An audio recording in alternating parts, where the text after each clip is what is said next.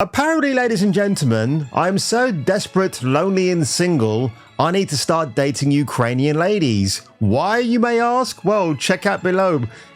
Lovely lady right here.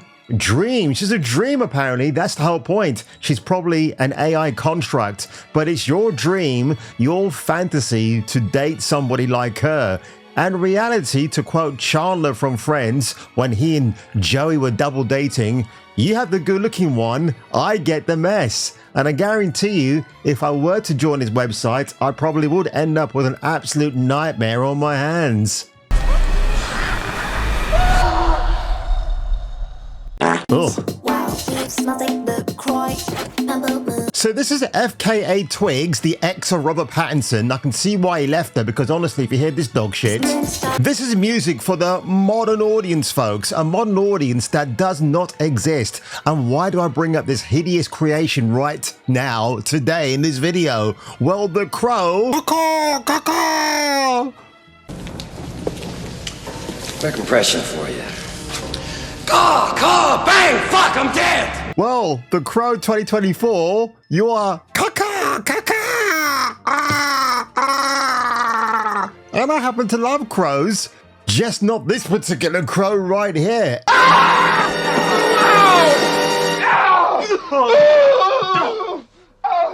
And then you have RuPaul interviewing the star of The Crow 2024, directed by Rupert Sanders, interviewing not only just Bill Skarsgård, but FKA Twigs here. And look how the audience goes, wow, fantastic! Yeah, this is your modern day pinup girl, ladies and gentlemen. Not the pinup girls I used to enjoy back in my day, like Sabrina and Samantha Fox. Oh no, this girl has to shave all of her head off and just stick a ponytail from My Little Pony at the back of her head. What is this woman thinking? Oh, is she actually a woman, or is she a she, they, her, them? Oh my word. And the shame of it all is, I do like Bill Skarsgård. I think he's a very good actor. Why he thought it was a good idea to appear in a remake of The Crow from 1994 with the much revered Brandon Lee. Oh my God. This, it leaves me actually speechless. So speechless, I need to consume some more of my favorite beverage right now.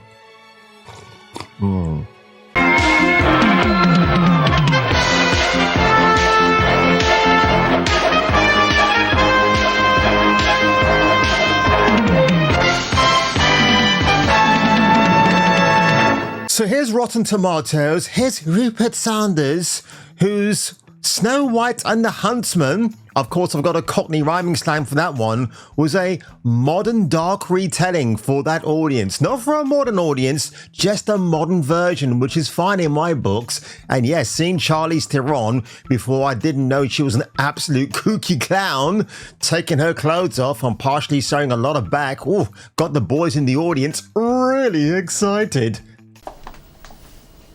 How you fellas get any work done with a hot piece of finger-licking chicken like that?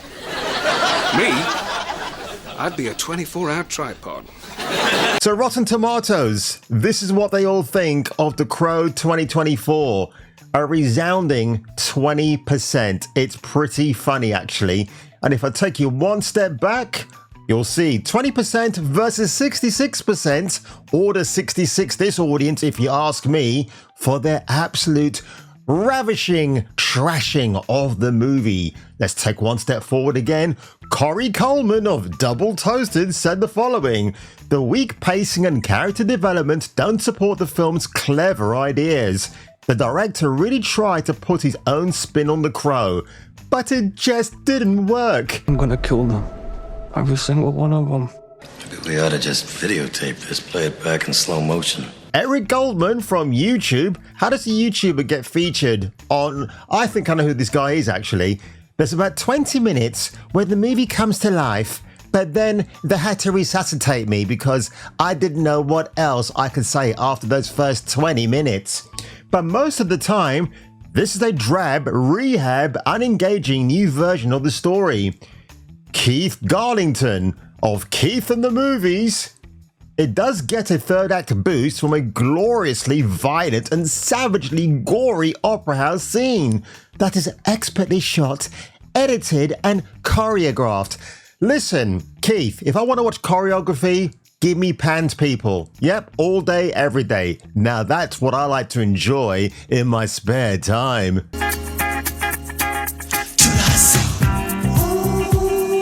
Unfortunately, the movie needs a lot more than that to justify raising this IP from the dead. It is a much troubled IP. That's the only point I'm going to give Mr. Garlington right there.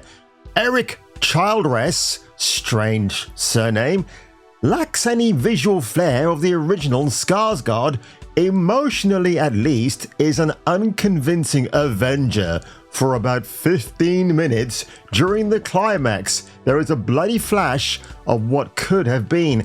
I've heard there's an actual really great death scene, but having one death scene in a film that's 1 hour and 51 minutes, or maybe 1 hour and 55 minutes if you add on commercials and whatnot, doesn't actually mean the film is good. Doesn't have any resurrection or any recompense. Do you know what I mean? It doesn't matter. You know, look, we watched Basic Instinct back in the day, and although the famous leg crossing and uncrossing scene from Sharon Stone is, well, truly memorable, the whole film was fantastic. It was Paul Verhoeven at his absolute peak prime.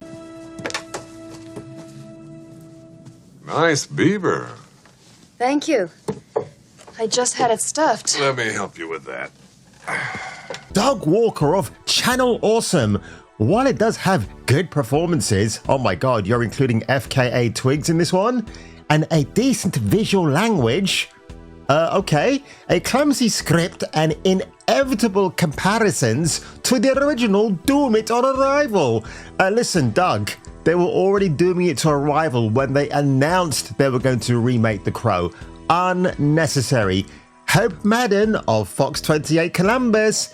Visually, it can't match the original, but the Opera House sequence is so well staged, just like the remaking of this movie, and perfectly wanked by the performance on stage. Do you still wank? Every chance I get. Benefits the impressive choreography, which we've also just heard not too long ago from Mr. Keith Garlington.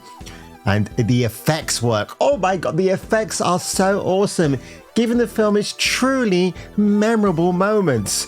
Sounds like a vague review from Ms. Madden right there. Interesting, that surname. I guess she's a bit kooky wooky in the head.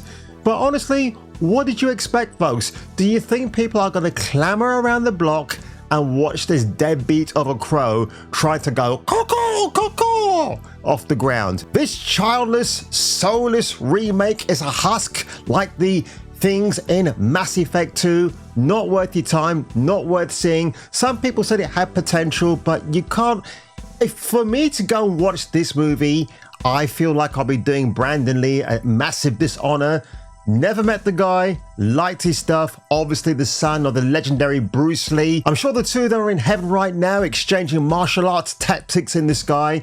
I'm a romantic that way when it comes to absolute father and son relationships. Now here's a story that might not shock you, ladies and gentlemen. From the 21st of May 2015, courtesy of The Playlist, Andrea Riseborough to play villain Top Dollar in The Crow remake. This was announced in 2015. This story is absolutely ridiculous. I mean, Miss Riseborough is a good actress, but can you kid me for a second and think, when I'm casting the male role of Top Dollar, Andrea Riseborough is not the person who comes to mind, unless she's had the gender switch of some sort and I'm not even aware of it. But of course, when you do scroll down even further, what do you think? They're asking the readers to give their 10 cents about this ridiculous casting choice right here. Well, look at that. 0 comments, because you know why? People were not interested in The Crow being rebooted. Well, gentlemen, by all means, I think we ought to have an introspective moment of silence for poor old Tintin. Yeah, don't mind my strange pose right here. I'm just shrugging my shoulders just to get a bit of levity in my back again. But I saw The Crow in 1994 in Leicester Square, London. An absolutely almost fantastic time. There are a couple of assholes down below me who are just talking all the way through the film. And God, if I was a bigger guy then, I would have got up there and flattened the crap out of them. But Alex Proyas, the director, did an amazing job as far as I'm concerned. He also directed Dark City, which should be retitled Dark Titties because of that incredible evening dress Miss Jennifer Connelly wore in that movie. And if you haven't seen Dark City, well, what's the matter with you? Don't watch me rabbiting on. You got to watch that. But the reason why I bring the 1994 classic up, apart from Brandon Lee's mesmerizing performance, Ernie Hudson as well, the MVP of that film was top dollar himself, Mr. Michael Wincott. For fuck's sake, die, will you? Give me that thing. Who was in the original Iceman with Michael Shannon, but they removed him and replaced him with Chris Evans. I have no idea because Michael Wincott is easily the best scene stealer I've seen in movies. I believe he was also in The Three Musketeers with Kiefer Sutherland, Chris O'Donnell, and Charlie Sheen. So any film he's in, even if it's a mediocre one, he's absolutely worth a watch. In my opinion, Michael Wincott is top dollar all the time. It's all just a matter of time now. The mayor's so fucking paranoid, I don't know what he's doing anymore. My wife, our kids, they're all threats now too. Doesn't matter if they love you, not if they think you're some kind of murderer.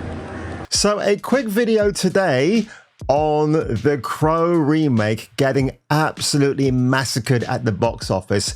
I think its overall weekend box office take-ins will be around $30 million, and that's being generous on my part. So if I were you, and if you were me, you might want to return. I can only lift my finger up at the moment. Damn you, tendinitis. For the next video. Oh, quite like that actually. I might stick with that. Tune in next time, Space Freaks, and hear your doobry go ping in the next gripping installment of Kung Fu Hot Dog. Suddenly, I heard a tapping, as of someone gently rapping at my chamber door. What are you doing now? Don't let your dreams be dreams. Dream of me. I'll make your dreams come true. Everything's possible with me.